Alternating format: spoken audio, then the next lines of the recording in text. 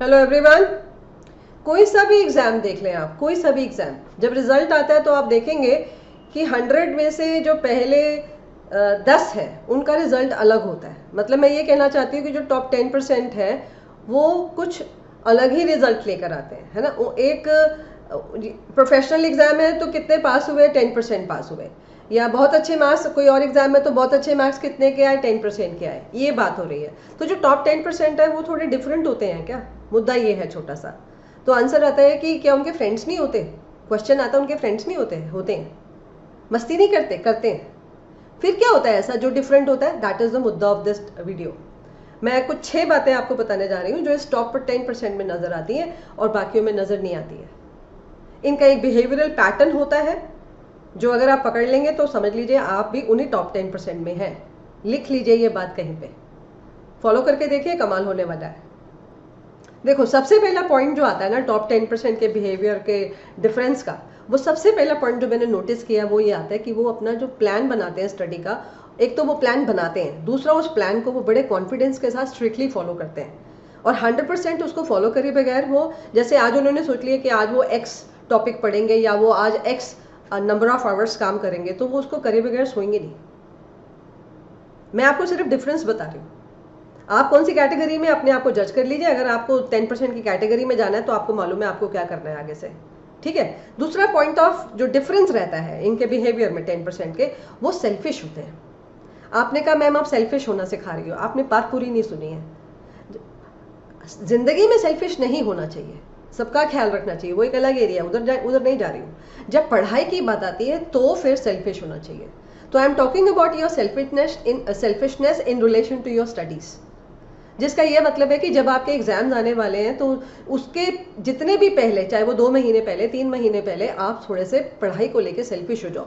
इसका मतलब है कि आपके मॉम डैड, आपकी फैमिली, घर के कामों में जो आपका पार्टिसिपेशन एक्सपेक्ट करते हैं वो जीरो करवा दो। आप उन्हें पहले से ही बता दो कि जी, मतलब ये 10% की खासियत है, वो ऐसा करते हैं। 101% वो पहले से ही क्लियर कर देते हैं कि देखिए जी मेरे एग्जाम्स आ रहे हैं, आप मेरे को मत डिस्टर्ब करिएगा, मैं बिल्कुल नहीं सुनूंगा, आपको कितना अच्छा लगे कितना बुरा लगे मुझे कोई फर्क नहीं पड़ता, क्योंकि आपके रिजल्ट से सबसे ज्यादा खुश आपके माँ बाप को ही होगी, खुशी उनको ही होगी, है ना। तो इसलिए सोच दीजिए, वो छोड़ना सोच दीजिए कि वो कैसा फील करेंगे, वो अच्छा ही फील करेंगे, उन्हें कोई प्रॉब्लम नहीं है। लेकिन ये ऐलान कर दीजिए कि मैं किसी की कोई मदद करने वाला नहीं हूँ, ये बात पक्की है, क्योंकि मेरे एग्जाम आ रहे हैं और मैं जितना भी पढ़ना है मुझे पता है और मेरे को समय चाहिए उसके लिए, एंड आई एम सॉरी, कोई पार्टिसिपेशन नहीं होगा मेरी तरफ से, खत्म। ऐसे होते हैं ये टॉप 10%। फिर जो इनकी नेक्स्ट खासियत आती है कि बिल्कुल भी इमोशनल नहीं होते हैं।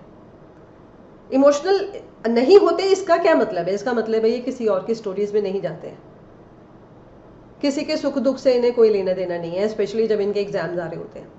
ये सिर्फ अपने ही जिंदगी में घुसे रहते हैं, अपनी ही पढ़ाई पे कॉन्सेंट्रेट करते हैं, दुनिया की इनको कोई खबर रखने का शौक ही नहीं है, ना वो किसी के बारे में जानना है। ये इस टाइप के होंगे जो कोई अगर 2 जन बैठे किसी के बारे में बात कर रहे होंगे तो ये वहीं से खिसक लेंगे, क्योंकि मेरे को नहीं सुनना है ना तुम्हारी स्टोरीज के बारे में, तुम किसके बारे में क्या बात कर रहे हो, उससे मेरे रिजल्ट पे क्या फर्क पड़ने वाला है, बुरा ही पड़ेगा, मेरे को नहीं सुनना है। यूं उठ के वहां से गायब हो जाएगा ये टॉप 10% वाला बच्चा। नेक्स्ट जो इनकी खासियत होती है कि ये खास बात, ये अपने बारे में कभी किसी को कुछ नहीं बताते। किस चीज के बारे में, अपने टारगेट्स के बारे में, अपनी पढ़ाई के बारे में, अपने ख्वाबों के बारे में, अपने ड्रीम्स के बारे में, अपने पैशन के बारे में, ये सब अपने अंदर रखते हैं और ऊपर से बिल्कुल शांत। किसी को मालूम भी नहीं चलता कि ये इतना कुछ अंदर से सोचता है और अपने लिए चाहता है, और एक दिन बम्बार्डमेंट कर देगा सक्सेसफुल होके, कमाल हो जाएगा। हम कहेंगे अबे ये इतने मार्क्स लेकर आ गया, क्योंकि उसने कभी किसी को जाहिर भी नहीं होने दिया कि वो क्या चाहता है। उसको 80% लाने का है या 90% लाने का है या पहले टर्म में पास होने का है, जोन सा भी एग्जाम है, वो कभी अपनी जो ड्रीम्स होते हैं वो शेयर नहीं करते हैं, क्योंकि उनके दिमाग में कहीं रहता है कि मेरे को बता दूंगा तो मेरी हिम्मत कम हो जाएगी, मैं बताने से ही बस खुश हो जाऊंगा, इसलिए मेरे को नहीं बताना है, या जो भी उनके दिमाग में आता है। तो ये टॉप 10% कभी भी अपने बारे में शेयर नहीं करते हैं।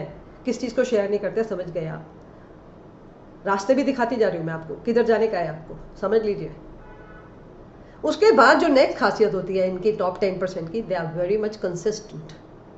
कंसिस्टेंट से क्या मतलब है, लगातार कोशिश चलती रहती है। ये उनमें से नहीं होते हैं जो एग्जाम से एग्जाम सर पे आ रहे हैं, चलो अब तो मैं पढ़ना शुरू कर दूं, ये वैसे नहीं होते हैं। ये जैसे ही अगला साल शुरू हुआ पढ़ाई का, बस पूरे साल की पढ़ाई के लिए अंत में जो रिजल्ट एग्जाम आएगा उसकी तैयारी डे 1 से शुरू कर देते हैं। और जो लास्ट खासियत इनकी रहती है, सबसे खूबसूरत खासियत, क्यों ये टॉप 10% में आते हैं, ऐसा क्या करते हैं ये जो हम नहीं कर पाते हैं, वो सबसे बड़ी खासियत, ये सारे सब्जेक्ट्स को इक्वल वेटेज देते हैं। क्योंकि ये इमोशनल नहीं है ना, ये सब्जेक्ट प्यारा है तो ज़्यादा करूंगा, ये सब्जेक्ट आसान है तो ज़्यादा करूंगा, ये सब्जेक्ट में आराम से हो रहा है तो ज़्यादा करूंगा, ऐसा नहीं है ना थॉट प्रोसेस। ये प्रैक्टिकल दिमाग से अपना काम करते हैं। इनको मालूम है जिसको छोड़ूंगा वही डुबो देगा मुझे, जो सब्जेक्ट छोड़ूंगा वही डुबो देगा, ये अच्छे से जानते हैं, इसलिए हर सब्जेक्ट पे कॉन्सेंट्रेट करते हैं, हर सब्जेक्ट को इक्वल वेटेज देते हैं, बल्कि जिसमें दिक्कत आ रही है उस पर थोड़ा वक्त ज़्यादा लगा देते हैं। तो अगर आप इन टॉप 10% में आते हैं तो डेफिनेटली फिर आप समझ लीजिए आप फर्स्ट अटेम्प्टर हो रहे हैं, अगर आप प्रोफेशनल एग्जाम में, और अगर आप किसी और एग्जाम में तो आप समझ लीजिए आप टॉपर होने वाले हैं। इन 6 बातों को अमल करिए और फिर देखिए अपनी ज़िंदगी में बदलाव, खूबसूरत, बहुत खूबसूरत बदलाव आ जाएगा आपके अंदर। ठीक है, तो भगवान करे आपकी हिम्मत जो है इस वीडियो से दुगनी, चौगुनी, 10 गुनी हो जाए और पूरी रफ्तार के साथ आप आगे बढ़ें और इस बार अपने एग्जाम में झंडे गाड़ के आए।